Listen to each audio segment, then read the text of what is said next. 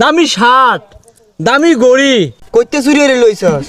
আরে কি কোস বেটা, একটা গরো গেলাম, যাই সেরে শার্ট মাট লই বললাম। ঘরে গেলি মানে? আরে না, যাই দি বন্ধুর বাড়ি, যাই দি বন্ধু বাড়িতে আছে নাকি। এ বন্ধু বাড়িতে আছস? বন্ধু এ বন্ধু মনে বাড়িত নাই। যাই বন্ধু শার্টটা লই তাড়াতাড়ি যাই। এ লিপু, লিপু বাড়িত রে? লিপু বাড়িত নেই, লিপুর জুতারি লই তাড়াতাড়ি যাই।